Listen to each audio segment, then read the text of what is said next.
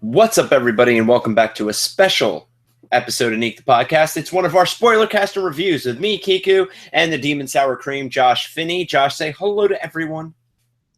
Hi, everybody.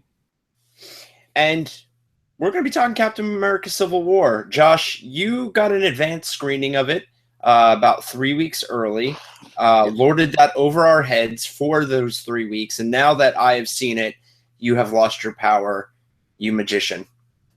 I didn't really lord it over you. I could have been a real jerk about it. Aside from us making some jokes here on the show, though, I really didn't tell anybody that I went and saw it. I think I made one post about it on my Twitter and on my Facebook, and that was it. It was really cool to get to see early, but I think seeing it tonight was definitely a better experience. I actually saw your Facebook post. Why was it better seeing it the second time? So I knew everything that was going to come, and when we were waiting in line, all the speculation of what was going to happen, was Cap going to die? Was Tony going to die? Was someone was Rhodey dying? It was so cool to listen to, considering I knew every single plot point that was happening except for the second post-credits scene. That was the one thing they did withhold from my screening, and I think that's because they weren't done with it quite yet. Seeing everyone's reactions was so special. When you know exactly what's coming, it's opening night, it's the first showing, nobody there has seen it, nothing really leaked from this movie, even after the international premiere. It was really special. I was waiting for the whole thing to just start leaking out, but unless you went looking for it deeply, like beyond Wikipedia, you weren't going to find it. Yeah, very true. Actually, I had nothing of the movie spoiled. I know all of the hosts of Neek the Podcast, nobody asked you exactly what happened. We just wanted to know, was this cool or was that cool? Right. I didn't tell anybody, not even Chelsea knew what was going to happen going into it. She knew exactly what I told y'all. Yeah, that's because you're a good man and we appreciate you. So let's dig into this thing. Wow. That's my first response is wow. There's so much to take in at first. Like, you really have to try and process it. And, you saying your reaction was wow. My buddy Matt and I drove to Houston to see this. We drove 4 hours to go see it for the pre-release screening. And on the way back, literally for 4.5 hours, every time it would get quiet, he would just be like, wow, that was amazing. This is what Age of Ultron should have been, is actually one of the things I said. So, yes and no. I'm a little divided on that one. I think it was a better Avengers movie than Age of Ultron was, but they're not the same thing. Like, I can't... Even Civil War does a great job at being an Avengers movie, but also being the definitive chapter of Cap's individual story. And that's why I can't really say this is what Age of Ultron should have been. I mean, I have said that. I believe I said that in my spoiler-free review. It's really hard for me to even believe that, though, when I say it, because Age of Ultron it had its own qualities and merit, and it's not an abysmal movie by any means. It's still loads better than almost any other superhero movie we've gotten, but for MCU standards, it kind of falls right in the middle of the pack. Civil War took loose threads from that and from the Winter Soldier, even reaching all the way back to the first Avenger and Iron Man 1, and resolved them while opening up a whole new slate of questions for us going into Phase 3. Definitely. I think what I meant by this is what we should have got with Age of Ultron was just the overall experience, right? It's a much more solid, tight-knit movie. It's a lot more emotional. It was. It definitely was. The action in it is far and beyond what I actually expected. Just going from the first scene in Lagos, Black Widow's fights were really vicious and visceral and brutal. Like, you felt the impact, like when she was hitting guys. And usually I had semi issues with a lot of Black Widow's fight scenes in previous movies because they really did look like wire work, stuff like when she would flip around guys' heads and things like that. But in this one, it looked like they kind of took the wires off. and she did a lot of really cool things. Standout in that fight was her, definitely. Which was nice because she definitely had a reduced role in this film. Yeah, reduced role to obviously accommodate some of the newer characters being brought in. But still, she had some pretty poignant parts of the movie. No. She was absolutely used correctly. Yes. But we'll get to that in our characterization section. Definitely. The fighting, I remember being on the phone with you, and my only question to you was, is the airport fight scene as good as I think it's going to be? And your exact words to me were that it was the best fight scene in comic book movies of all time. Yes. I 100% agree with you on that. It went back and forth. It didn't just stick to Black Widow fighting Hawkeye or T'Challa fighting Cap or anything like. They switched. They moved around. They did different things. I will instantaneously say right now, I don't know if I told you this when we talked a few weeks ago, that fight scene would not be the greatest fight scene I've ever seen in a comic book movie without Spider-Man. And I was just about to get to that, so I'm glad you did. That right there, I think, really puts the feather in the cap of what this new Spider-Man is. And obviously, as you said, when we get into the characterizations, we'll go further into it. But this is the first time I think we've really seen Spider-Man fight like Spider-Man. Yes. I mean, the Tobey Maguire one kind of did, especially in the Dr. Octopus fights. Yeah. But this one, it felt so organic. It felt like they took he had the wisecracks. Yeah. While still being a kid, he wasn't quite sure what was going on, And part of it, yeah, he was blindly following Tony Stark, but at the same time, you could tell he actually really kind of believed what he was there. But Spider-Man, to me, in that fight scene, really filled the role of the audience. He was so awestruck and in wonder. Yes, I was actually going to say that the innocence that he portrays during that fight is what makes him such a welcomed addition to it, right? He balances out the brutality of Black Panther. Yeah, definitely. As they've already shown from the trailers where he catches Winter Soldier's arm or fist, right? And he's like, "Oh my God, dude, you got a metal arm? That's amazing." The wisecracks just kind of roll from there. Actually, walking out of the movie, a lot of people said that fight scene was kind of ruined for them by a lot of the wisecracking going on, a lot of the banter going on. I really liked it. I think it enhanced it.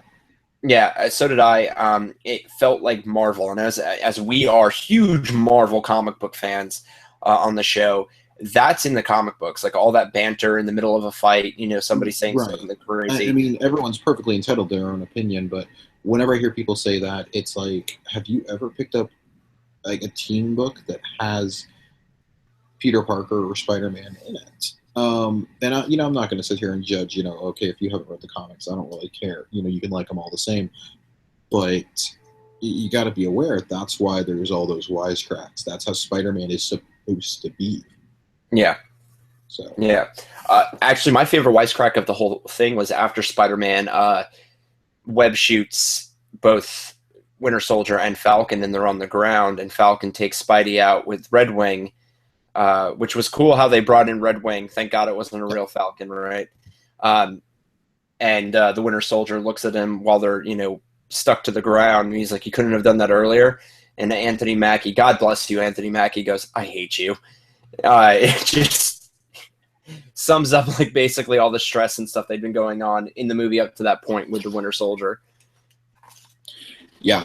The airport scene, I mean, it's legendary. The other action scene I really have got to make. I mean, obviously, we'll get the Cap and Iron Man here in a minute.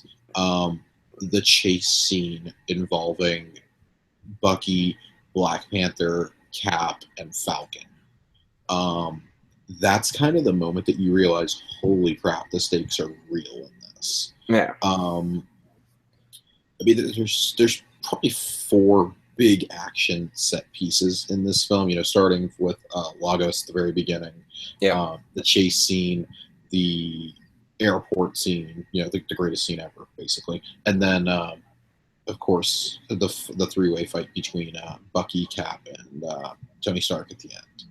And each one of those had a different impact. I mean, the first two, it was kind of like, oh, this is what we've come to expect from a Captain America movie. It's kind of what we expect from an Avengers movie. And then the tone dramatically changes after that chase scene.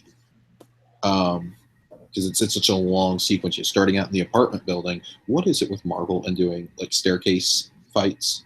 It's awesome, but what is it with these people? They don't like stairs. They're elevator people, not. Which is why they shove Cap into an elevator shaft. I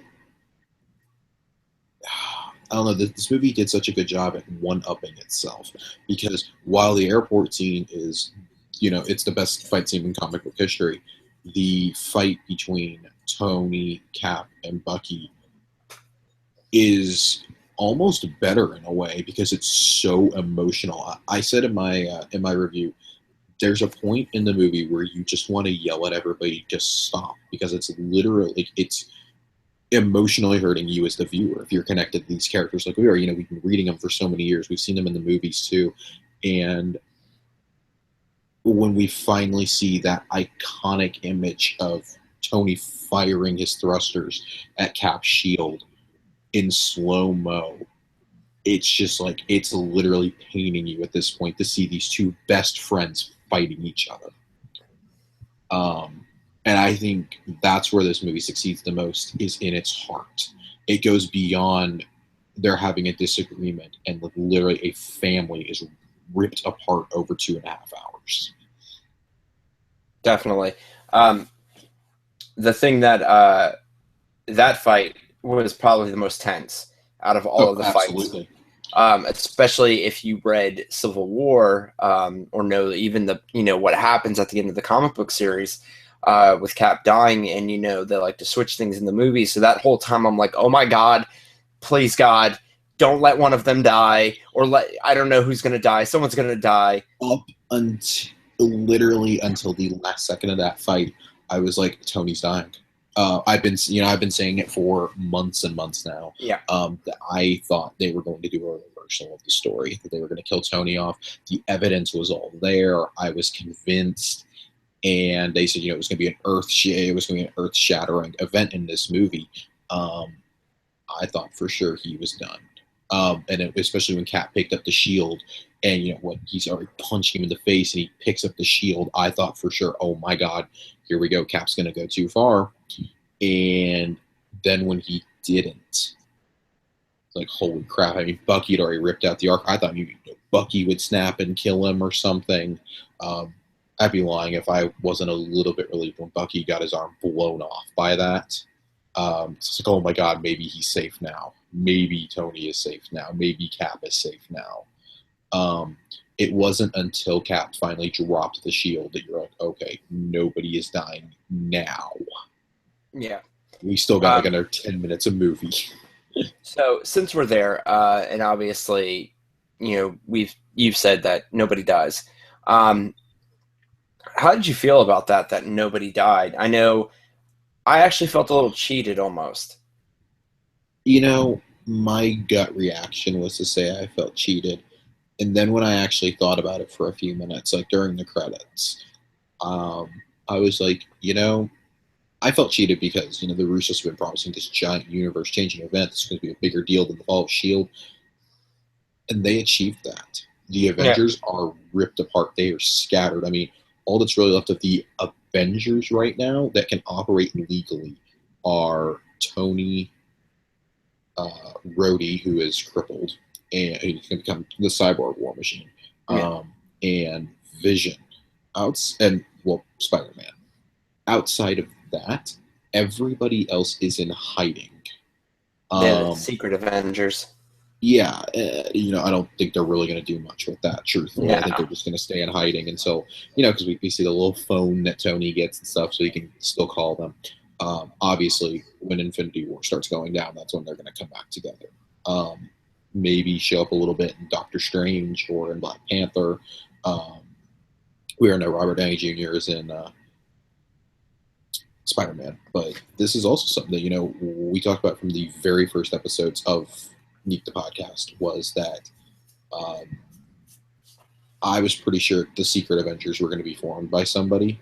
And then Tony would be the one who would go around and recruit the new members of the Avengers. Recruit Stephen Strange, recruit T'Challa, um, and I still think that'll happen.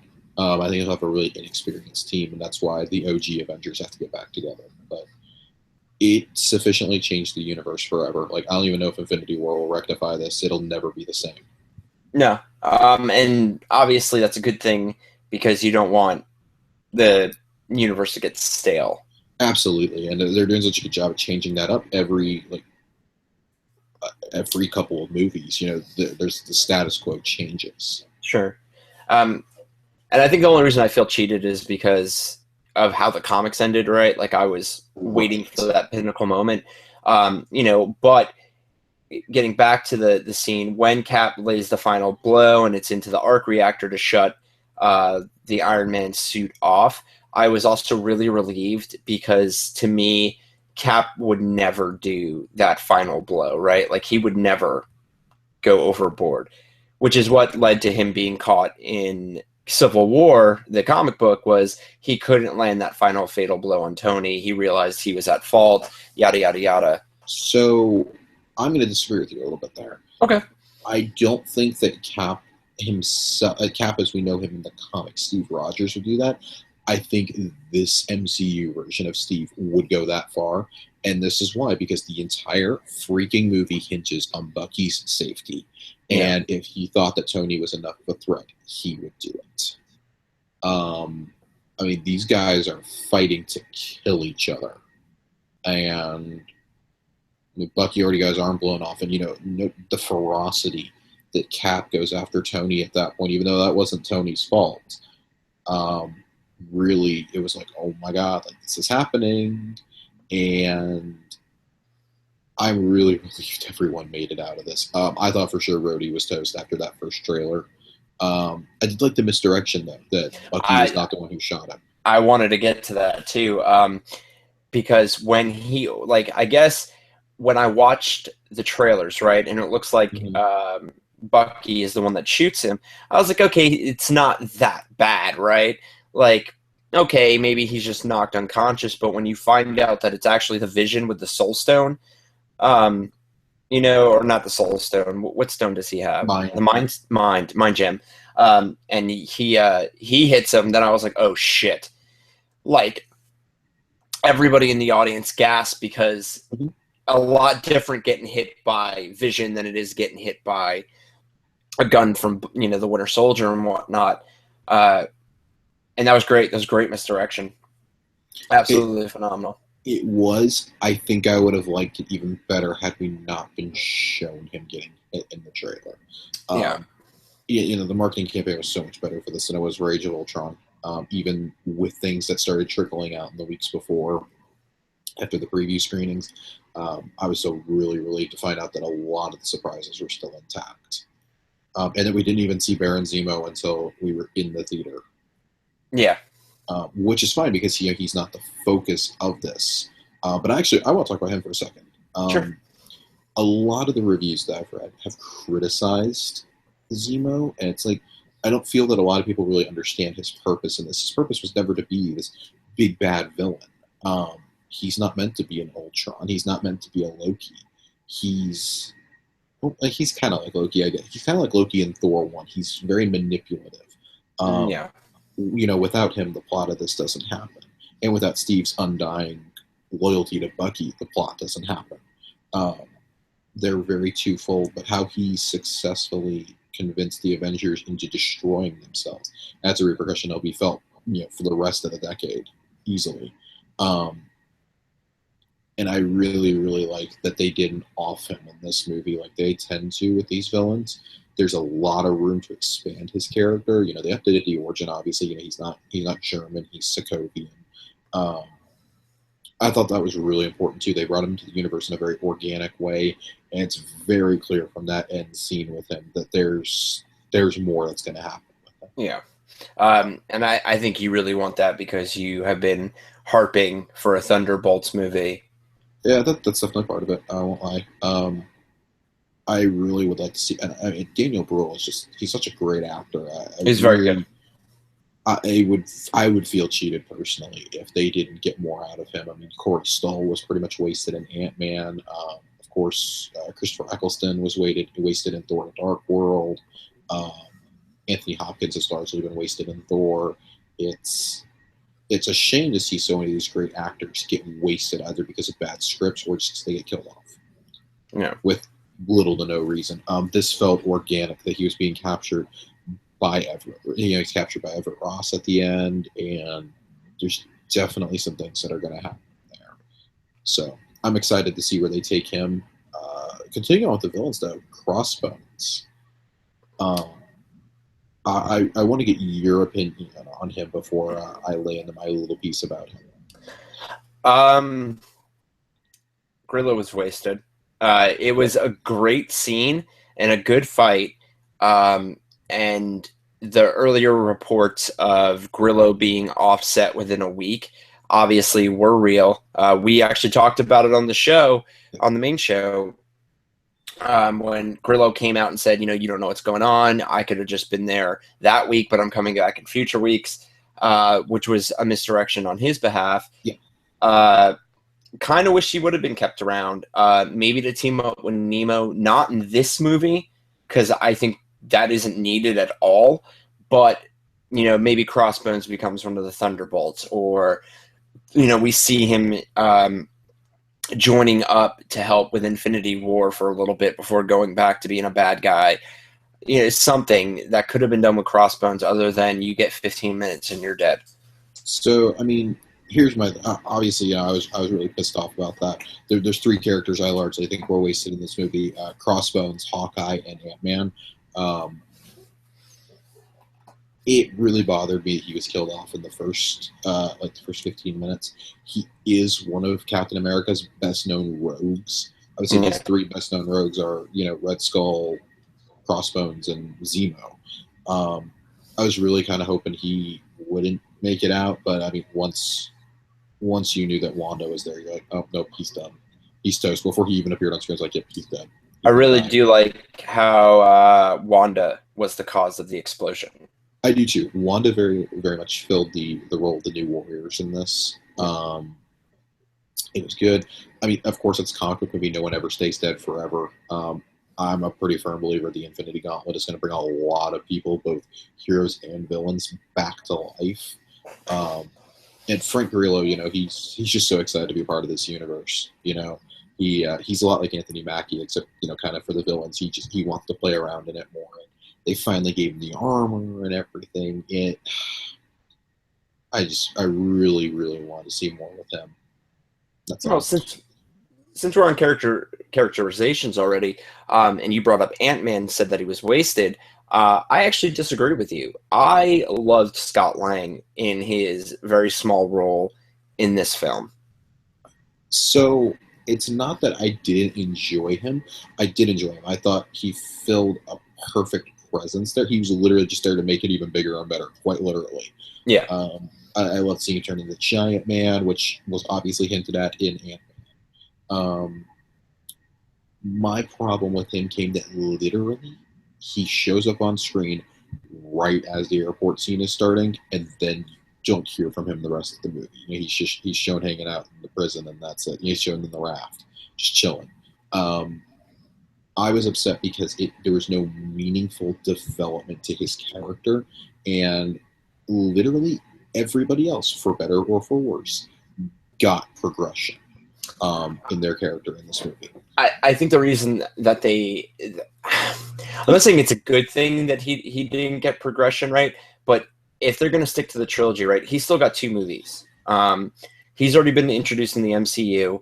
I think they really gave more screen time to Black Panther, T'Challa, to flesh him out to get into the movie. And really, I don't think there was a place for Scott Lang anywhere else. But the scenes... Okay. I was just going to say, a lot of people were concerned that Black Panther or Spider-Man were going to be shoehorned in. I really think Scott Lang was the one who got shoehorned in. Yeah. The movie started filming while Ant-Man was still in post-production, he pretty much went straight from Ant-Man to doing Civil War. There's a reason why Peyton Reed came on set and basically told them what they could and could not do with the character. I felt that, his very limited role, they just kind of like, oh, we have an opportunity to use him, we should use him. I'm happy they did. Again, without him and Spider-Man, that airport scene it's just another fight to me. They made it. It was awesome. So wasted is probably the wrong word. He had a perfect presence in it for what it was. It just felt like he's here all of a sudden. Like Clint Barton all of a sudden shows up with him and Wanda. Like, oh, that's cool. His meeting Captain America was hilarious. I really love when he's inside Iron Man's armor, and he disconnects Friday, and he starts talking to Tony, and Tony's like, "Who is this?" Spoken in a long time. And I remembered the guy that I was sitting next to is this guy named Bryson Vikia, I think is how you say his name. Sorry, Bryson, if I messed that up, because I know you listen to the show. And he asked me about Ant-Man, what I thought about him. I was like, Scott Lang. I was like, Paul Rudd nailed Scott Lang in this movie. Like, there was not a wasted line. He was perfect. And the whole theater roared when he turned into Giant Man. Yep. And I mean, even I did, and I knew he was coming. I have the pop, and I've had it for like a month now. But when it happened, like, I was just like, oh my God, it's happening. Like, and yeah. But while we're talking about new characters, we can always get to the other guys later on. The two ones that everybody's wondering about, Black Panther and Spider-Man. T'Challa he's perfect. He's I say we talk about Spider-Man first. Let's save. We'll talk about Spider-Man. Spider-Man's also perfect, in case you're wondering. Yeah, Tom Holland was great. I wasn't very keen on the scene when Tony first meets him. Robert Downey Jr. in that scene is amazing when he's like winking at him and like giving him this look like, keep lying, kid. There was just something, I don't know. It was, I don't know. I can't really explain it. I was okay with it. Like, it wasn't a bad scene. I was just okay with it. But when he's at the airport and he actually is Spider-Man, and I'm not a big Spider-Man fan whatsoever, but I was even like, oh my God, it's Spider-Man. I was clapping. I was like, yes, let's do this. I will say, I mean, really the only thing I can say is, when I went to go see this at my screening, I did not want, I told Matt, I was like, I don't want to come out of this saying that, oh, he's the greatest Spider-Man ever. There's no way I'm going to judge that off like 15, 20 minutes of screen time. The first thing I said when the credits started rolling, we looked at you like, best Spider-Man ever. Yeah. Spider-Man's one of the characters, I really grew up with, the 90s cartoons, the Tobey Maguire movies, the Andrew Garfield movies. This is not only the best incarnation I've ever seen on screen in any medium, he is the closest thing to a comics Spider-Man we've ever gotten, and I loved every single second of it. I'm not going to go with best Spider-Man on screen ever, only because of the length of time he was in the movie, and it wasn't his own film. But I will put this out there. I was not... I mean, obviously I'm always hyped for these movies, but I wasn't really like, oh man, Spider-Man Homecoming, I gotta go see that now.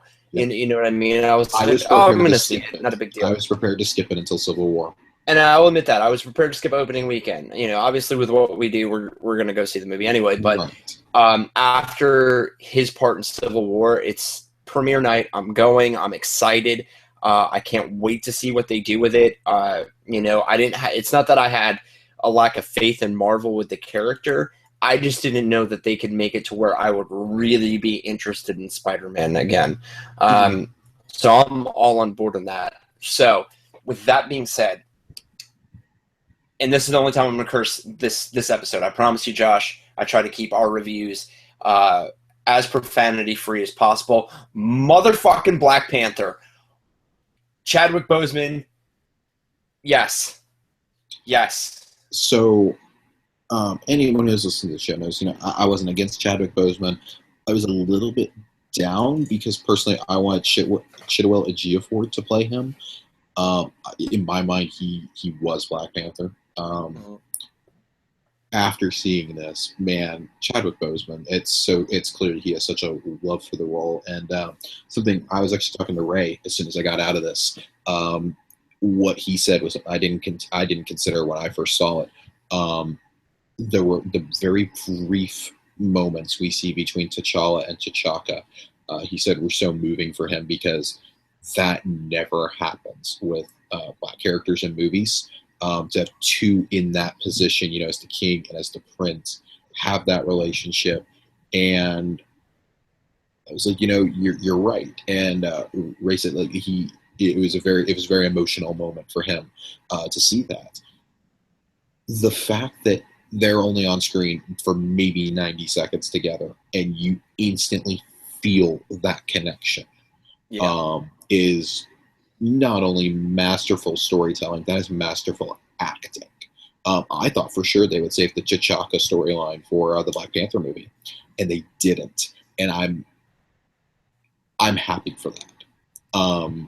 That now frees them. It frees Ryan Coogler up to do whatever he wants to do with that movie. Yes. Panther has been sufficiently established. He's sufficiently in this universe. He had purpose for being there. He wasn't shoehorned in. It's very clear that he took Spider-Man's role. He was the ambiguous one in this movie. He was kind of like on Tony's side, but there weren't really sides in this movie. He was probably the best personification of that. He was doing what had to be done, and he kept saying that repeatedly. Well, Tony's side lined up with his own personal interests. I would say both sides did. Both sides absolutely did. Well, but I mean, if he joined Cap's side, for most of the movie, right? Like, he couldn't have killed Bucky because he was under the assumption, or he wanted to kill Bucky because he was under the assumption Bucky killed his father. So he couldn't have been on Cap's side. But once we find out that, who's really pulling the strings, then yeah, he could have been on anybody's side. I think one of my favorite scenes with Black Panther is actually when he's T'Challa, to cauliflower. That's just for you, Ray. And he's walking out to his car, and Black Widow is waiting there to recruit him. And he has one of his Wakandan female bodyguards, and she tells Black Widow to move or she'll be moved. And he's got that little look on his face, looking at him, knowing that they're both warriors, going, well, this could be fun. And I was like, oh, please, God, let them fight. Let that happen. And actually having the female Wakandan bodyguard, though it is a very small scene, is fan service for anyone who is a fan of Black Panther. And they know that those ladies are always trying to protect their king. And I was just like, that's just really cool that they would even – in Civil War at the very least, be like, oh no, we're going to put that, little role to define the character even more in there. Yeah, man, there's so much that could have gone wrong with those two character introductions, and nothing really did. Yeah. I personally, I don't really have a complaint about either one. With their screen time, their roles, it was perfect. I wouldn't have wanted Spider-Man to have a bigger role than he had. It was perfect for Tom Holland in his first role. Just like, Chadwick Boseman, it was perfect for him to be Black Panther. Let's hit on some of the other characters really fast. Some of our favorites that have returned. Falcon. Falcon far and away stole the show. He stole the show from me. I'm telling you right now, Josh Finney, all right, before you continue, if they do not make Anthony Mackie Captain fucking America, I'm sorry, I did it twice, in Phase 4, I'm going to be upset. He has earned it. Yeah, coming out, and again, this is one of the topics Ray and I hit on. I liked Falcon a lot, but he is definitively the sidekick in this movie. And I didn't like that aspect so much. That really bothered me. He was literally reduced to a lackey for the whole movie, except for the airport scene.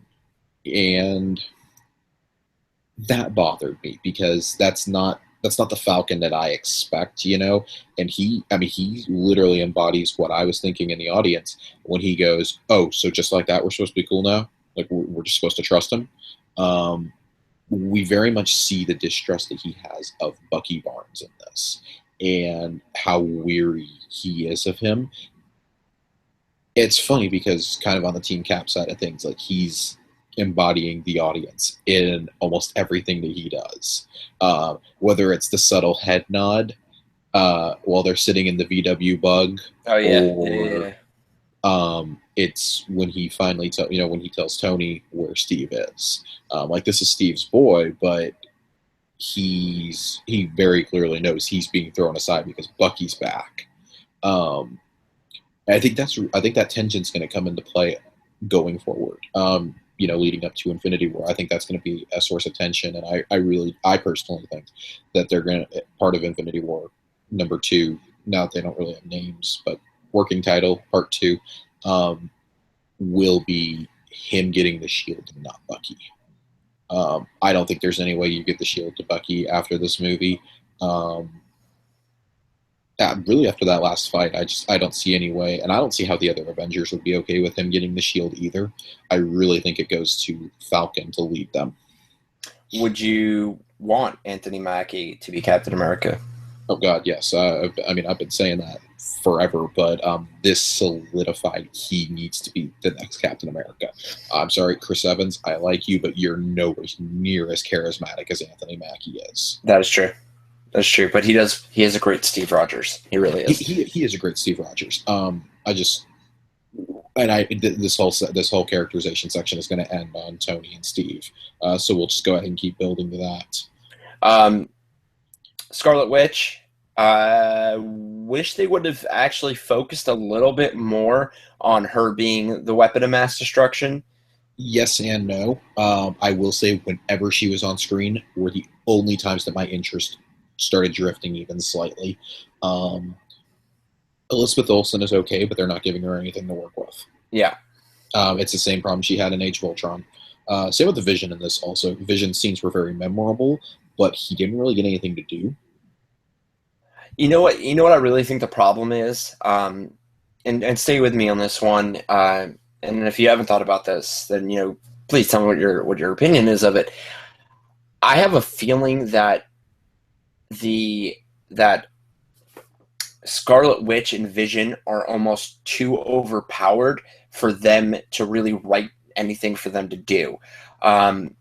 It's like, yeah, Thor and Hulk, okay, that's why they're not in this movie, because whatever side they would have been on, it would have tilted.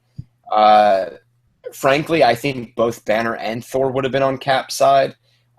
Thor because of his respect for Cap being a warrior, and then Banner because he doesn't trust the government. So obviously that would have tilted the scales God knows how much. But when you have somebody like the Scarlet Witch and Vision, who are both just so powerful that if you give them too much to do, you're going to kind of be like, well, couldn't they just do that and be over? I mean, and I've definitely thought about that too, and I absolutely agree with that. I was thinking kind of more, they didn't really characterize them more. They got very weak characterization in Age of Ultron. Yeah. I'm more willing to forgive Vision in both instances, since he was introduced at the beginning of Act 3 of Age of Ultron. Jarvis does not count. And Scarlet Witch, they didn't really give her much to do in either. She was super overpowered in Age of Ultron, and then, here we're going to manipulate a few cars, and I'm going to accidentally create a bomb. Well, I kind of feel like that's her trying to, taper it down. Right. She's trying to get in control of it. Steve makes references to that. I don't know. It's not. I'm nitpicking on these guys, right? Really, if we're going to look at it, go ahead. I think one of the reasons that you might be nitpicking, and I know is there is a scene where you almost see the WandaVision love romance start, right? And I think that's why, I'm a little bummed out that there wasn't more of her, because Scarlet Witch, in the comic books especially, is one of the most damaged mentally Avengers out there. And it's, she is the cause, well, not the cause, but she's the straw that breaks the camel's back, right, for the Sokovia Accords. It would have been nice to see a little more time with her. Yeah. I mean, I think they built them up when they were building the characters up individually. They were building them together also, which I think is really important because I think she's betrayed Vision. Vision made one mistake, and that was trusting the good in Wanda more than anything. Yeah. And then he gets stabbed in the back when Clint Martin shows up out of nowhere. And I really think that's going to come back to bite Vision because, Thanos has got to get that gem somehow. I really think he manipulates Wanda. I think he manipulates Wanda into doing what he wants and promises to bring back Pietro. So, and it's going to be really interesting to see how that relationship develops, if they do much more with it, etc.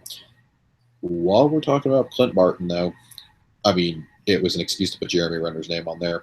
Don't get me wrong. It was cool to see him. I'm always going to take my dude Hawkeye, but he was an asshole. For me, and it is something I told Ray, it felt like it was a complete 180 of his character from Age of Ultron and from the Avengers. It felt like it was a total reversal. It didn't really make a lot of sense to me because he wasn't in it. He showed up for the fight scene. Yeah. Like, had Cap not used up all of his minutes, his roaming minutes, he wouldn't have had a team. It would have been him, Falcon, and Bucky against, well, everybody. So that's a small thing about mine is I really felt like they did a disservice to the Hawkeye that they've established in this universe. It felt really, really, really weird for him to suddenly be like, I hate all of you. Like, I hate you, Tony, and things like that. It's like, man, this is not the Clint Barton that I remember seeing in Sokovia. This is not the Clint Barton I remember from New York City. Even from Thor, this is not the Clint Barton that I'm familiar with. Yeah.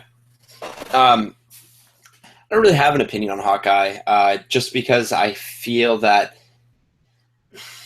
they haven't really done a lot with the character. Whedon chumped him out in the first one. The second one, he has been the most disrespected of any main character in this entire universe. Yeah. The second one, you get to see his family, which is kind of cool. It's also odd placement in that movie. It's like all of a sudden, we're going to take a break. Yeah. I kind of feel like Clint, though, with the way that I understand him, would join Cap's side because it's Captain America, and I think he has the utmost respect for him. I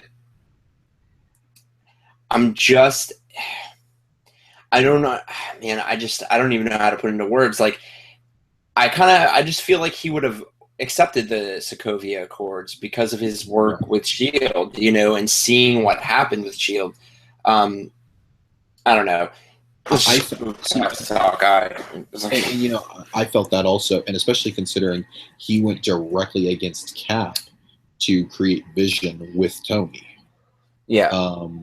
I definitely felt like he fought Quicksilver and Scarlet Witch during that scene, and told Cap, to his face, he needed to stand down. So that's what I'm getting at. The Hawkeye they've established in this universe, I felt like would have sided with Tony, would have signed the Accords. But here's the thing, too, right? Now that we're kind of talking about it's weird. I thought it was weird that Black Widow even started off on Tony's side. I did and I didn't, because she's seen both sides. She's seen what happens when power is too confined, but she's also seen what happens when it's not kept in check. You get things like Hydra. That's kind of the way that I rationalized her thought process. And Sam actually makes a joke about that. He's like, well, weren't you the one who walked Yeah, up was telling the government Hill? to go kiss her ass, yeah. Yeah. I don't know. It was, it was for plot's sake, right?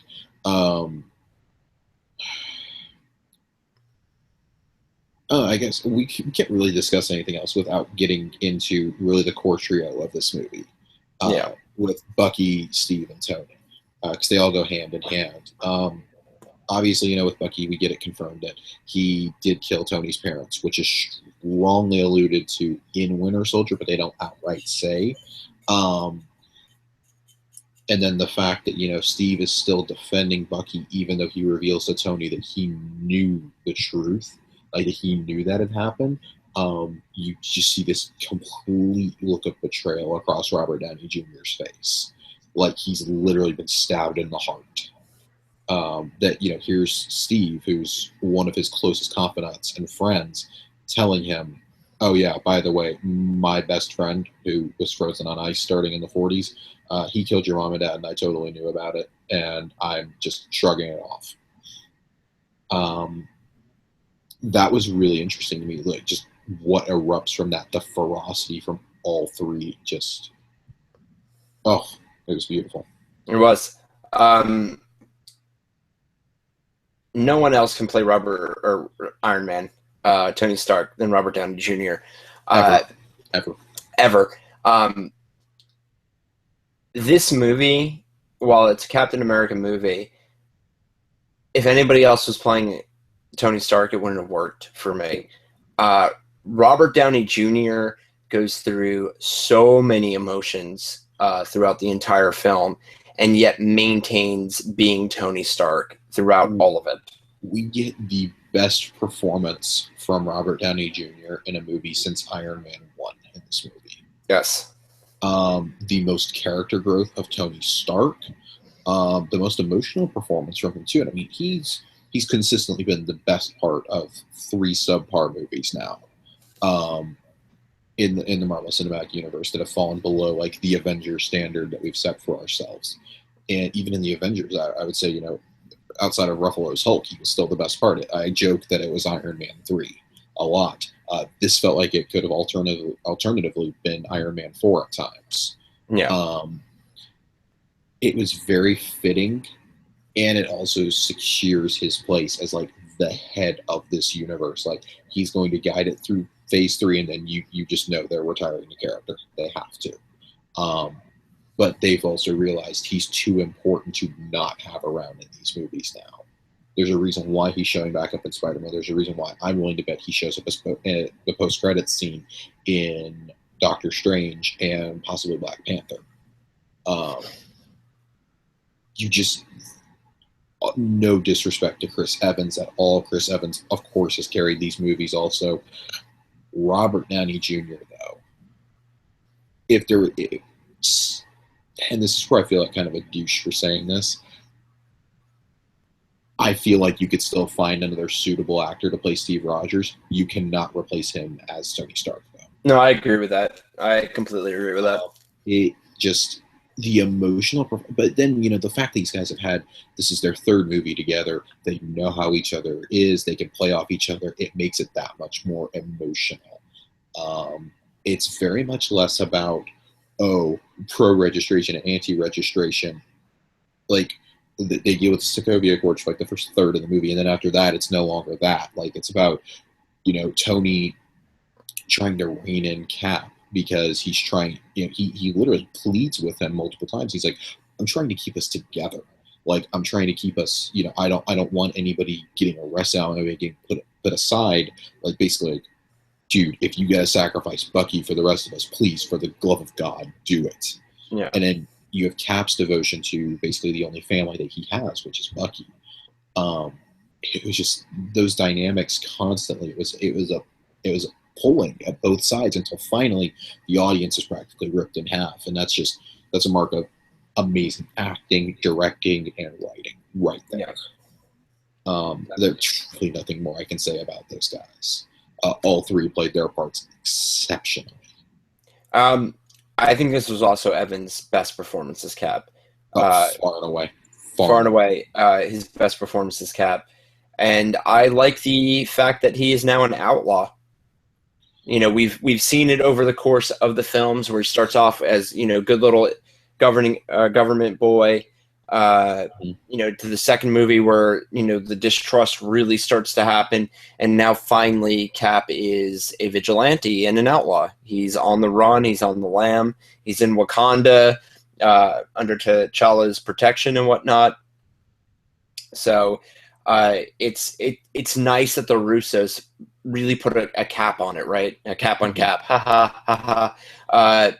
It's really nice that happened. And Super stoked for what's going to come into the future, and whatnot. I was going to say let's talk about the comic book, but of course this movie is nothing like the comic book, pretty much in name only. That doesn't mean that if you haven't read Civil War, you shouldn't read it, because it is probably one of the most important comic books that you could read ever, in my opinion. So, kind of wrapping up, we're progressing very rapidly towards the end. Yeah. Overall, your opinion and gut reaction, we just saw it a couple hours ago, where would you rank it at in your Marvel films, in your MCU films? Number one. Number one, actually, without a doubt in my mind. And that's going off of, I was looking for fault in the movie. Like, I went in looking for some fault, right? Yeah. And before I knew it, I was completely engrossed, completely immersed. My only honest nitpick was that nobody died at the end, but in reality, it's not even a nitpick, like it ruined the movie for me. It was just more like, I kind of would have liked it a different way, but I understand why they've done it. Somebody did die, though. The Avengers died. What? Yeah, the Avengers died, right? But I mean, I meant on a more personal level, like, right. A character. But I understand why. There's many reasons. Some of it because it doesn't fit the storyline. Some of it's business. Some of it's also because they got 68 characters that they need to fill out in Infinity War. But it didn't have any pacing flaws. The action scenes were phenomenal. The acting was phenomenal. Besides Baron Zemo not being used that much, which in reality, like, I read some reviews, tidbit reviews, and they're like, again, Marvel doesn't do it with the villain. They misuse the villain, and I'm just like, the thing is, though, is that he's not really a villain. He's more the catalyst, right? Like, he's the instigator. He doesn't want to fight. He wants to see them get ripped apart. And the best part of Baron Zemo was at the end when Everett Ross is talking to him, and he's like, you failed spectacularly, and he looks up at him and he smiles and he's like, did I? And you're like, no, he didn't fail. And actually, this is the first villain to succeed in defeating the Avengers. And it was just a simple little man. Yeah, one man can crumble an empire, essentially. Yep. So I guess it's my turn to say where I rank it. Yes, sir. When I walked out of it, I said, without a doubt, when I was talking to Chelsea on the way home, I talked to her in the parking lot right before I started talking to you. I said it was definitively top 3. I needed to think on it a little bit on the drive home. It was up there with, because my rankings were like Winter Soldier was number 1, Avengers was number 2, and Guardians of the Galaxy was number 3. It surpassed Guardians instantly. When I thought about it for about 30 minutes, I was like, yeah, it's better than Avengers 1. It's so hard to move past that nostalgia. But it was a better team-up film than that ever was. The Avengers all assembled in that, but this one, they're all divided. Thor and Hulk are missing. It was great. It edges out Winter Soldier for me as my favorite, because the stakes are higher. The emotions are running high. They're more tense. It's a much more personal story than Winter Soldier was, really. Winter Soldier didn't really get personal until that second half when Steve and the Winter Soldier fight the overpass fight. After Maximiliano Hernandez is thrown out the window, basically at that point it starts getting personal. Up until then, it was kind of lighthearted, it was kind of fun, things like that. And then like, oh crap, this just got serious.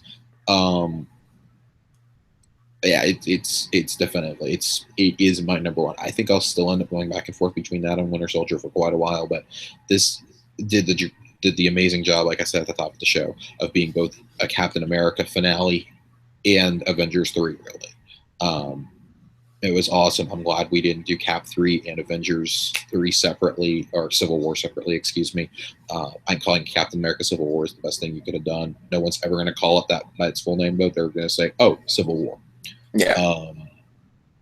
This got me more excited for the future of the universe. Black Panther is still my most anticipated Marvel film, but I'll be damned if Spider-Man is not an extremely close second. I was not excited for a Spider-Man movie before this. Now, God, give it to me tomorrow. Give it to me. I want it. I need it. I will agree with those sentiments, except for, as we all know, Doctor Strange is my most anticipated Marvel movie right now. But that's because I'm into the weird stuff. I like Doctor Strange a lot, but man, I gotta say, after seeing, the trailer isn't bad by any means.